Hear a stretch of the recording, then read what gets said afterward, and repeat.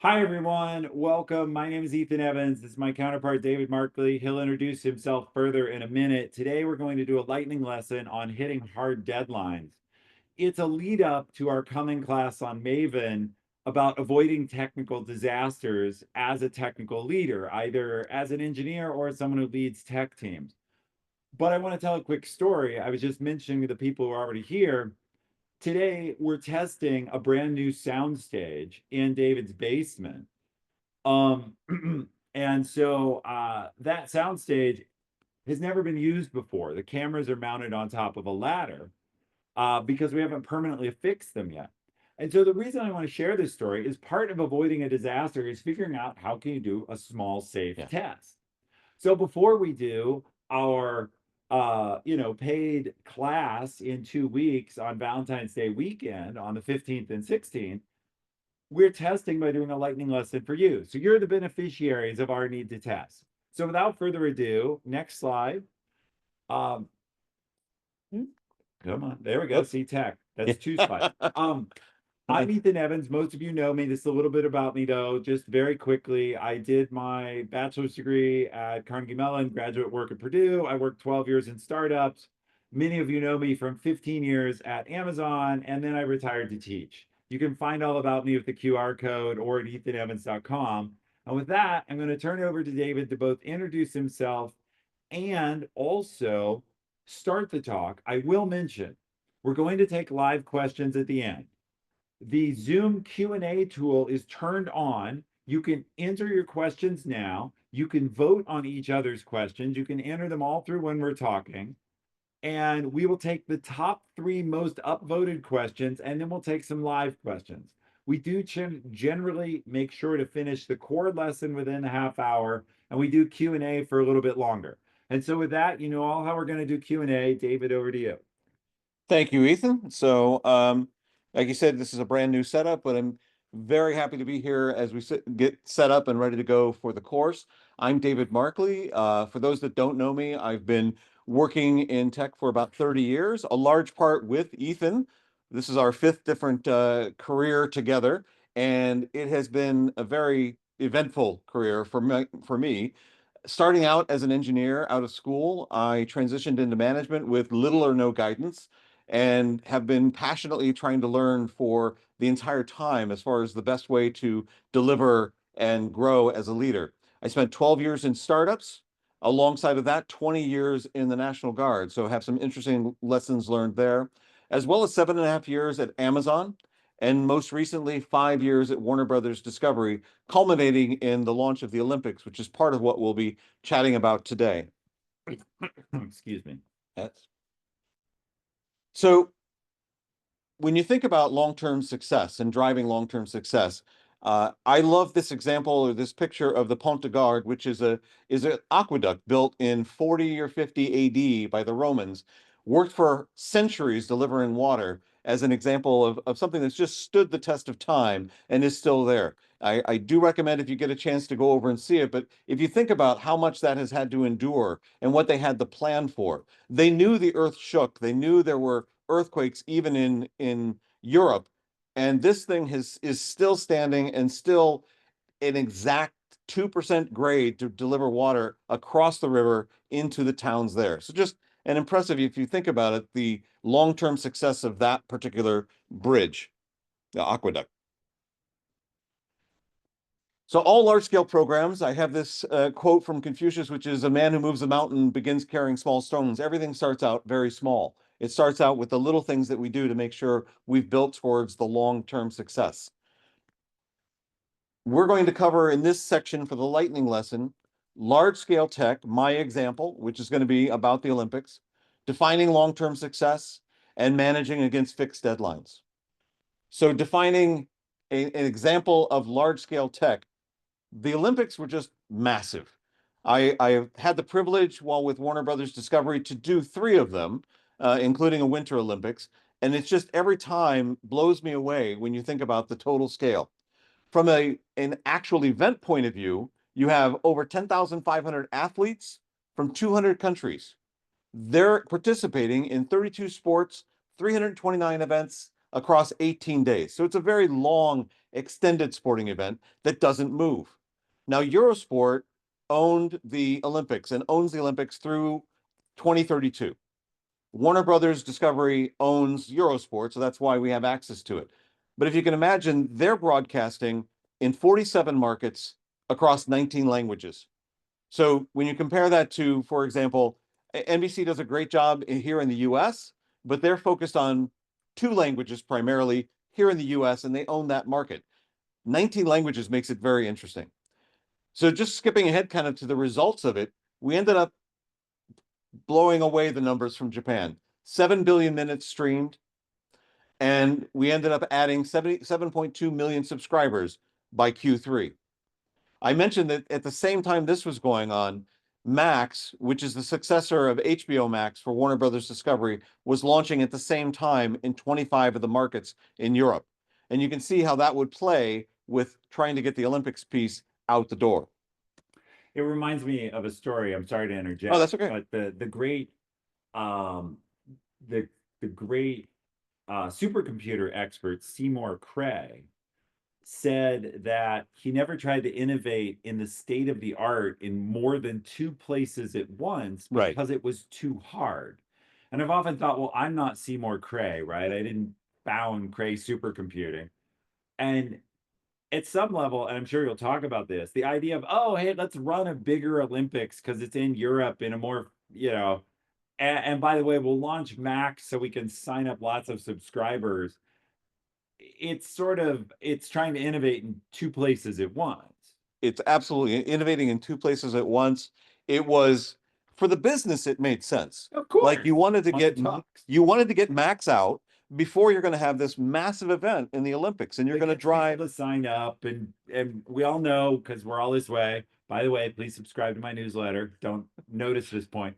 Once you subscribe to something, you tend to keep paying because you're invested. Anyway, no, absolutely. It's clearly that's part of the goal that when you're defining a long-term success. I jumped just to myself here, but go ahead. It's the why are we doing this? And subscribers are absolutely the key. Like we know the business wants to drive that, and we had a clear understanding of how our team would drive that on the sports side. It would be through engagement. What can we do to build something new for the customer? One of the greatest things that we built during this event were gold medal alerts. New idea, but you're watching one of the streams and a gold medal, you're watching wrestling, and all of a sudden there's a gold medal taking place in the decathlon. And so you can decide as a customer, always give the customer a choice. I want to switch over and watch the gold medal event, and then switch back. And it's that sort of dynamic that we had to define the vision. If you know the why, the team then can be creative enough to go off and do those things and drive forward with new and innovative ideas. So, a little diving deep on that one, we didn't have a way to go back.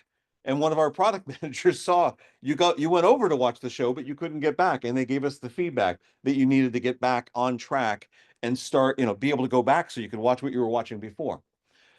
The key takeaway here, though, is making sure you have that clarity written down. Because if you don't have it in a document that you can hand to your team, that they understand why they're doing something. Why am I building this thing that's engaging customers? Well, you're engaging customers to keep them from leaving. As Ethan said, once they're subscribers, if they're engaged in the content and they're enjoying what they're seeing, they're going to stay, they're going to remain longer, they're going to be a participatory player in this overall sports experience. So it's just something that you can drive, but you need to write it down and make sure it's clear.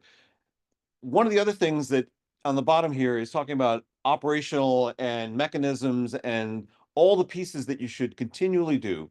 The second action is to make sure you have a process for looking at how things went the last Olympics, in this case, or the last time you did something, and how they're going this time, and continually improving. Because if you are not, building these things all the time, you can learn from what was done before. I'm sure when they built the Pont de Gard, the Romans had built many other aqueducts and learned how to build those things to last. So, we've done the Olympics now.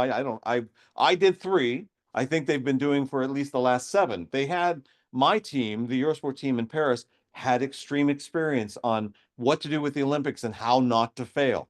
So that was a huge help in making sure that we built something and we looked at the long term. Because if we did it for this event, we know that it's going to be used at least until potentially 2032 or beyond. So it's just an amazing experience. So next slide. So when you have a fixed deadline like this, it's a little different. A lot of teams go back and forth on whether you have a bottoms up approach to when something can deliver, where you ask the engineers, how long is it going to take? And I want to get into how you decide, but that can be a whole bottoms up approach. And then they could tell you that, well, we could deliver the Olympics in 2026. Well, it's a little bit late at that point. You have a fixed deadline, you operate differently. It is a top down driven date. It's a fixed date that you have to deliver against, and you have to backwards plan from that date to make sure you can deliver what you want. So it becomes more of an exercise of, we know the Olympics is in 18 months, usually when we are starting the planning. What can we do in the 16 months to be ready to go?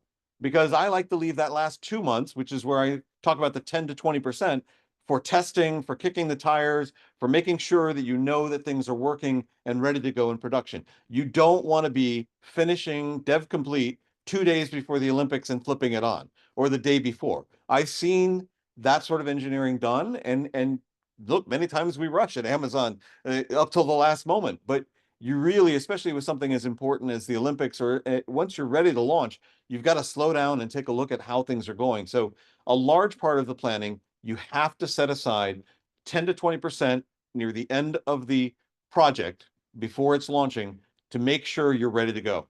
Don't schedule all the way up to the end, because I know that's what people want to do. They want to use every bit of capacity you have to do more development. Yeah, and this is just different, I think, than classic development. It, most of what we're doing is building products to meet a market need, and to some degree, the product is done when the market need is met. But here, we have to be date driven. So one of the things we want to talk about in this class is in both this lightning lesson and in our larger class is understand the circumstance you're in is the most important thing. Building a set of features well, and when those features are done, you've got product market fit, you've got your minimum viable product, your minimum lovable product, and now it's time to launch. Right. Or is the right thing to there is a date, and that date must happen. And to give you an example of the other kind of development, in video games, games are often delayed many times. Why? Because a game that's not fun is worthless. It doesn't matter if it's got good graphics or not. It doesn't matter if it came out in 1 year on time or 1 year late or 2 years late. If it's not fun, it's worthless. So you have to do what in gaming we call find the fun. It's a very different style.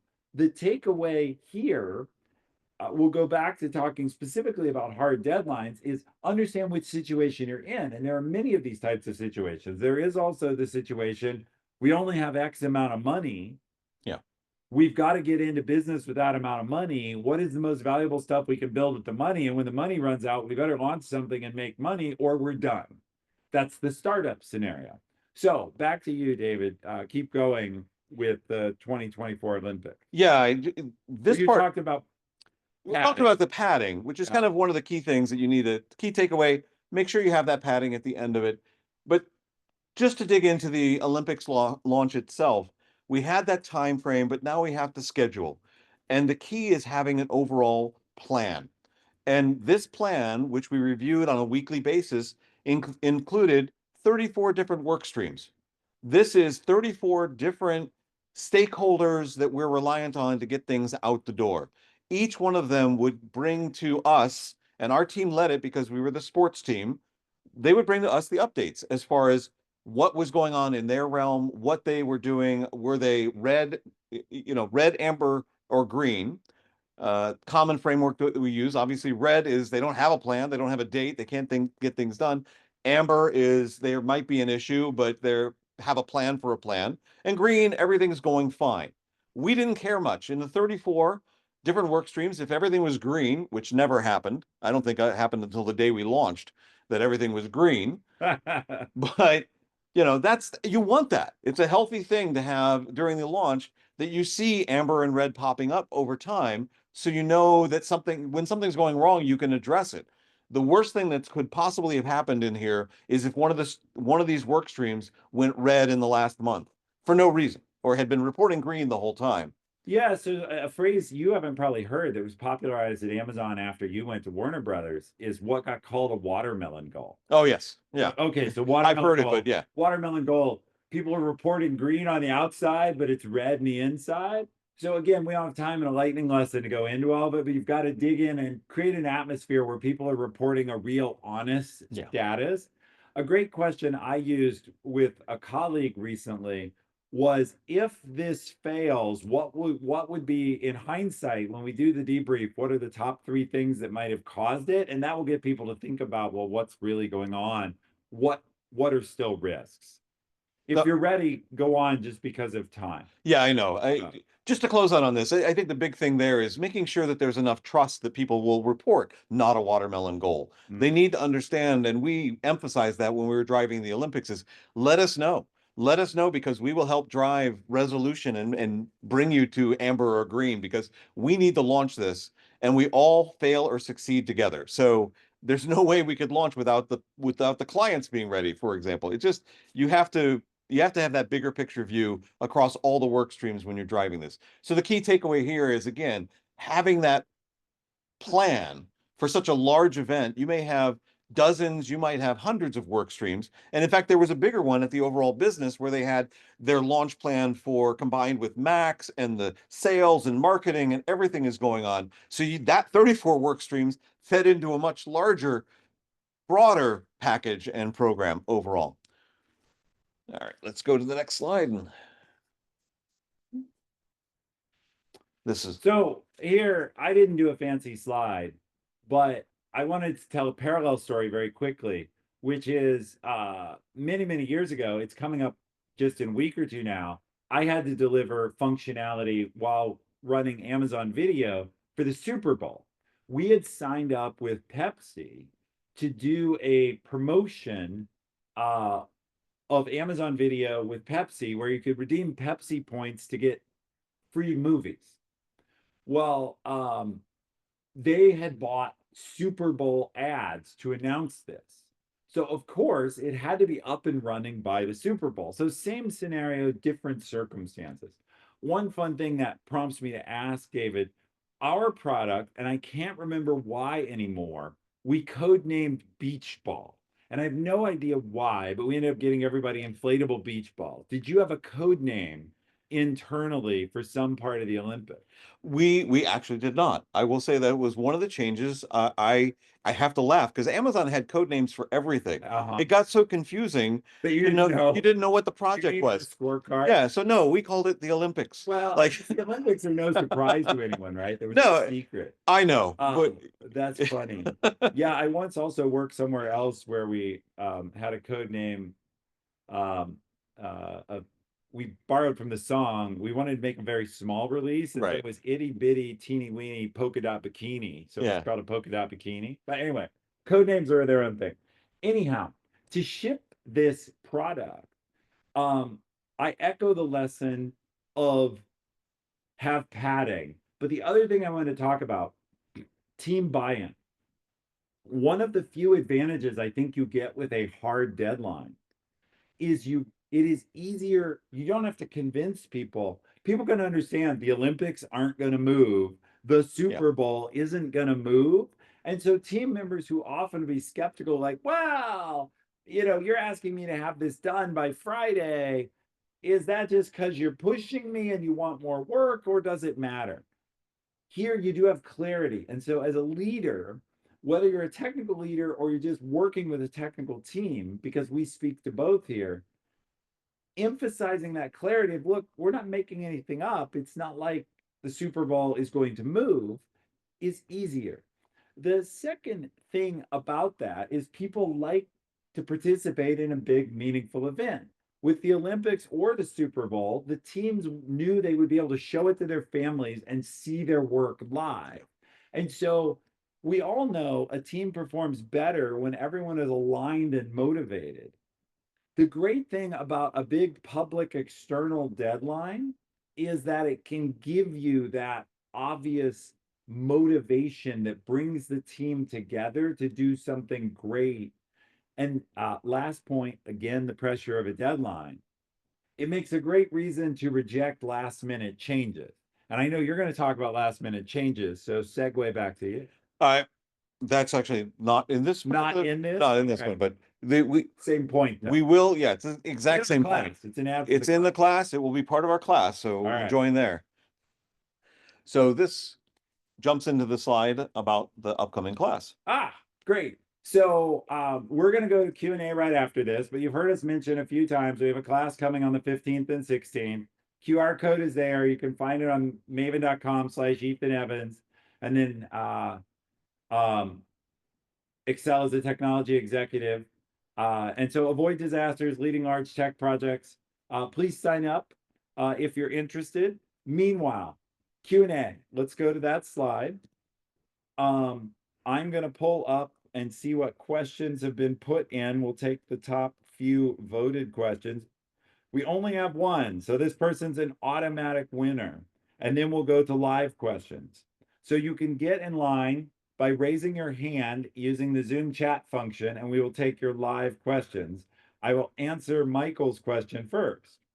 What's your approach for building team alignment behind a date when it's more arbitrary or business driven?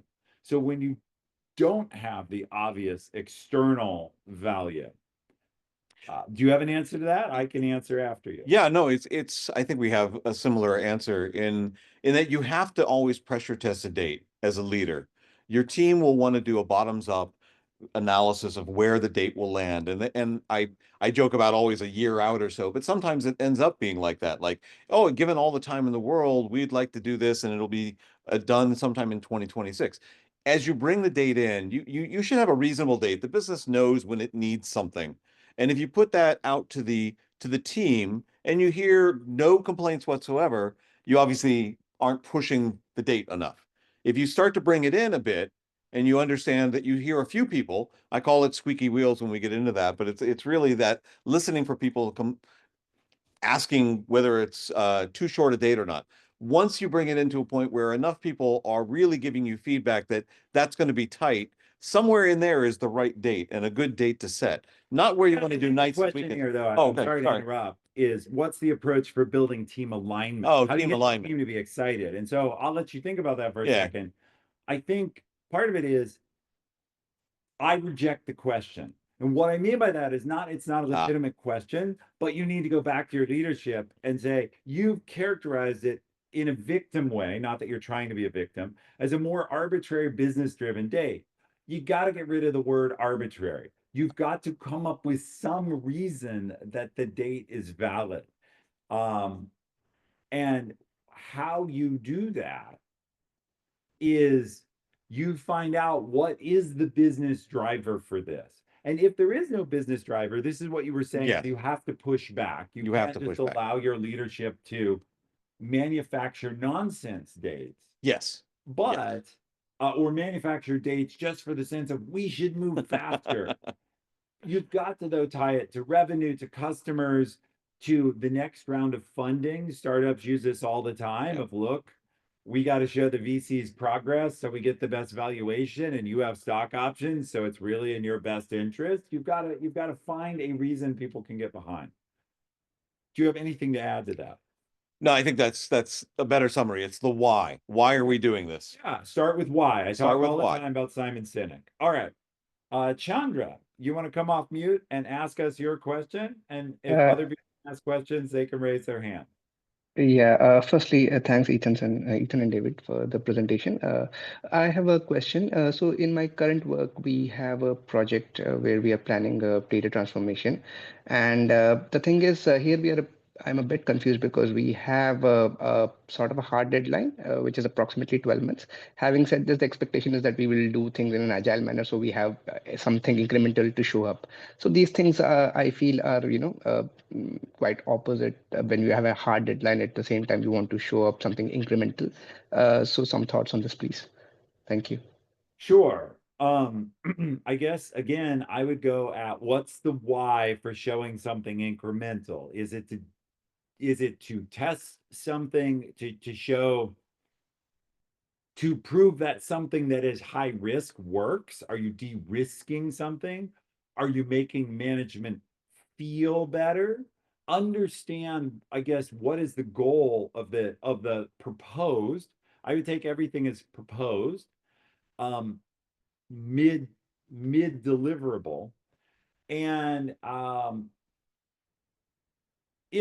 mean, look, Scrum has the idea you demo every couple weeks at the end of your sprint. But if you're constructing an elaborate demo, the question better be who's the customer and why, and how much effort is this taking? Can we show the effort versus the risk that's causing in our end date?